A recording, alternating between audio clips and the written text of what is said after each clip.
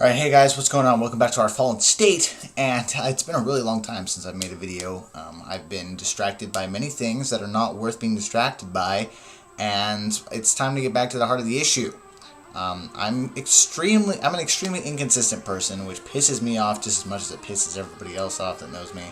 But today we're going to be talking about something very, very important, World War III, or what could possibly happen, or what could occur. This is actually going to be a very in-depth, well, not in-depth, it's going to be a very broad overview of what's going on in Russia, and we'll probably do more little stuff later on. So yeah, I hope you enjoy, and I'll see you after the intro.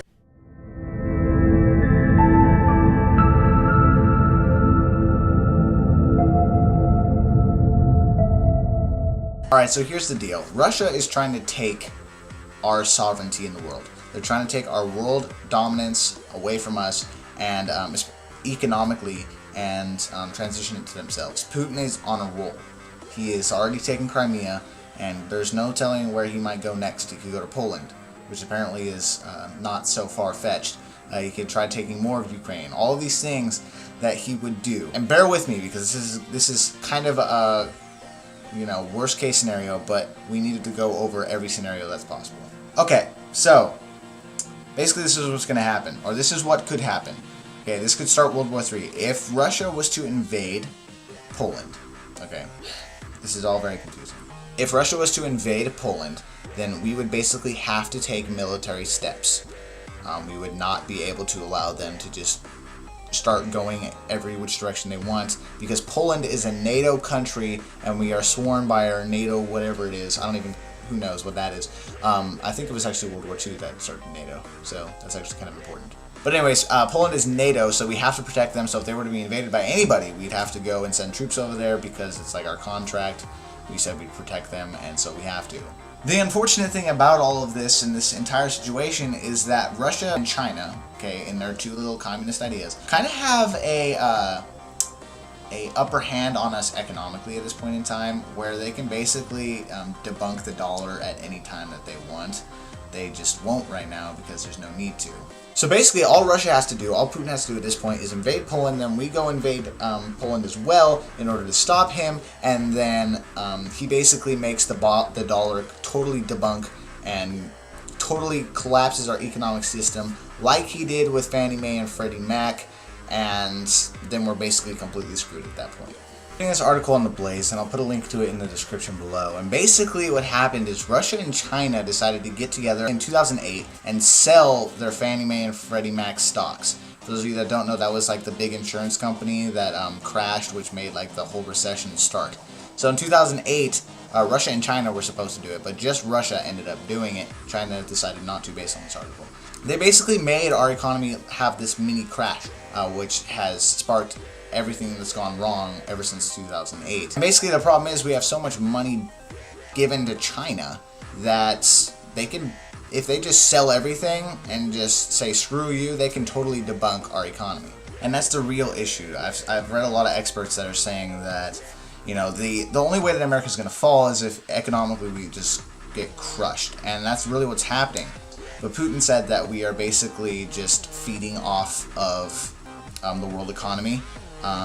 Here we go. The U.S. is, quote, living like parasites off the global economy and their monopoly on the dollar. And the thing with Putin is he's a smart guy. And he knows that he has allies from a lot of areas that are willing to knock us off the map. Because most people around the world hate us. And they know they can't challenge us militarily. So what they're going to do is basically make us make a move, shut us down, and then they can have free reign for Europe. This is a huge video. Even I'm still confused. I'm going to do as much research on this as I can, but I just want to get the concept out here. Because the problem is with my generation and with a lot of others is that we're so focused on the stupidest things. And I've fallen prey to this, especially in the last few weeks.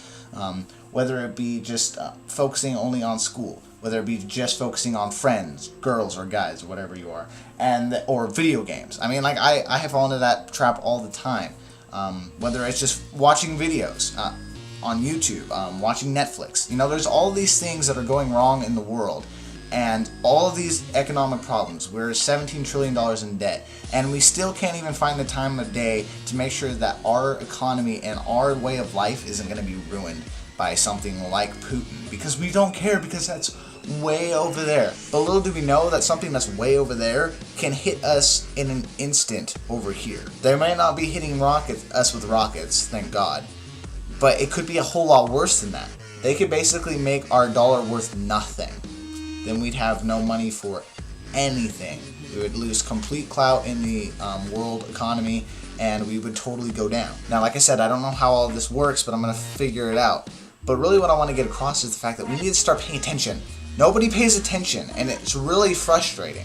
I was walking precincts for my dad, who's running for county assessor in the Fresno County, where we live. I was walking, going up, hi, how are you, my name is Chase, whatever. Going door to door and talking to people, and I got quite a few people that were just like, I'm not interested. And most of them were old because we were in an old people place. But even then, we as a community and as a country really need to start focusing on what's important. And we need to stop having the news carry 24/7 coverage of a freaking airplane that disappeared and start focusing back on what really matters here, which is our economy and our jobs and our future. It has nothing to do with a plane that's probably just gone somewhere. I don't know if that bugs anybody else, but everything on the news is about the Malaysia airline, and it's like, who cares? There's a lot of things going on in the world. Putin could do pretty much anything at this point in time, and we cannot stop it. So as long as Putin doesn't do anything, we're good. However, if he does, then we're screwed.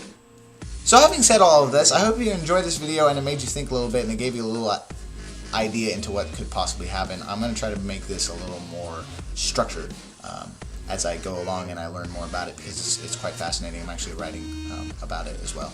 So if you could do me a favor and leave a comment as to what you think Putin could do, or what he should do, or what we should do about him, I'd greatly appreciate it. Be sure to subscribe to the channel. If you're new, I'm going to be trying to upload many more videos. I have a couple of ideas that I just have to put in paper. It just takes a long time to edit these videos, so if you could do me a huge favor and leave a like and subscribe, I'd really appreciate it. But anyways, guys, thank you for watching, and I will see you in the next episode. So, bye. Hey, yo!